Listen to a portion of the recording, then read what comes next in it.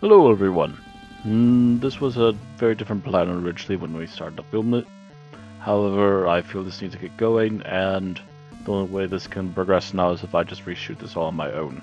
Originally, because it was nice weather after we had seen it, myself and Michael went outside to record our views on Godzilla 2014. Sadly, however, because we went outside and it was nice weather, it was also really windy, constant vehicle noises, and just everything's an audio mess that I cannot fix. Seriously, next time I need to bring the microphone if I'm ever going to get any audio if we do it outside again. This camera is terrible. Barely does 27p right. Half the time I think it doesn't do it right at all. And its audio picks up everything I don't want it to pick up. Anyways, cheap cameras aside, and that's all I can afford, our views on the 2014 Godzilla. We did a format where we talked about things we liked overall, things we hated overall, or things we didn't like rather overall, and favorite scenes, least favorite scenes, and a overall idea of what we thought of it as a final opinion. For overall things we liked, Michael, I believe, picked that a lot of the main characters, the head human main characters, are actually somewhat interesting and actually likable. They weren't as bad as originally thought to be, at least according to initial reviews.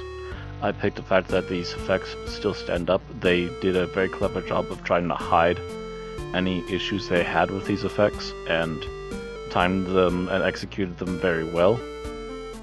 For things we didn't like, we very much agreed that a lot of the military heads were pointlessly stupid and highly neglectful of what people are telling them as facts to their face, and they wouldn't listen.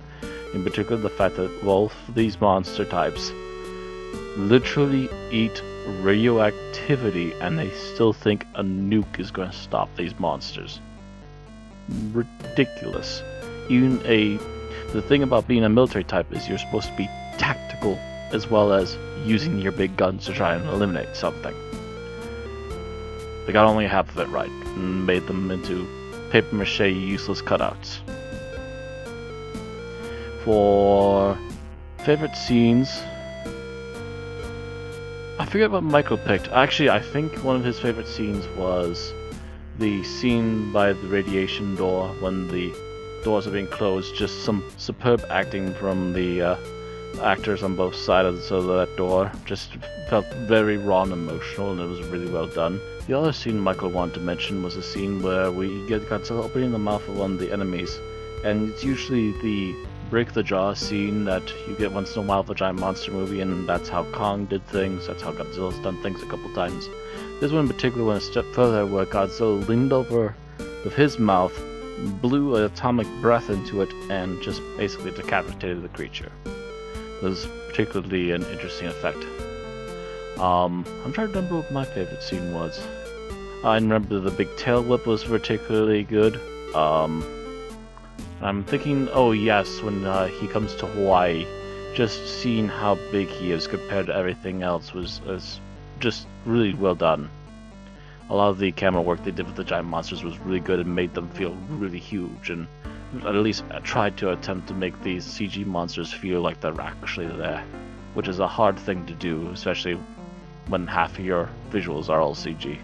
For scenes that we didn't like, I recall that Michael in particular picked a scene where the military head guy kept not listening, and that was one that irked him quite a bit, and again made the characters relatively unbelievable.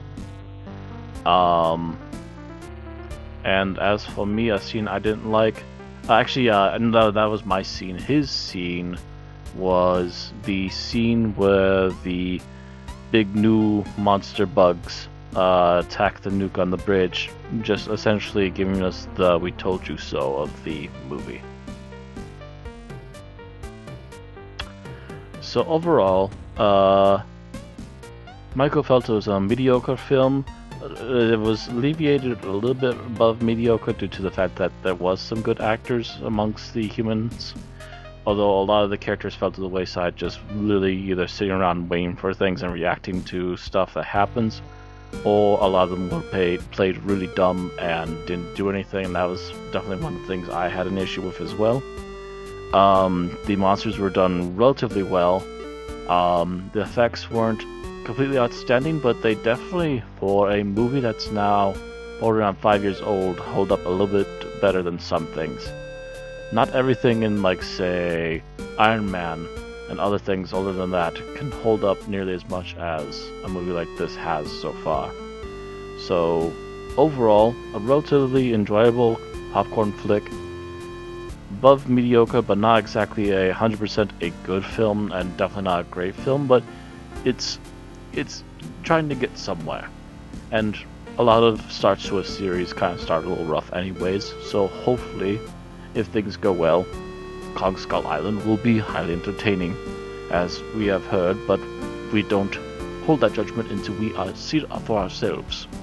So hopefully, if things go well, on Thursday either Michael will join me, or I shall go solo and try and see Kong Skull Island, and we'll see if we can get Michael in to see it as well at some point. But I don't think it's necessary, hopefully, for the upcoming Godzilla King of the Monsters, which does not have Kong, at least not yet, as far as we're aware. And we are hoping to see that, hopefully, within the next couple of weeks after that comes out.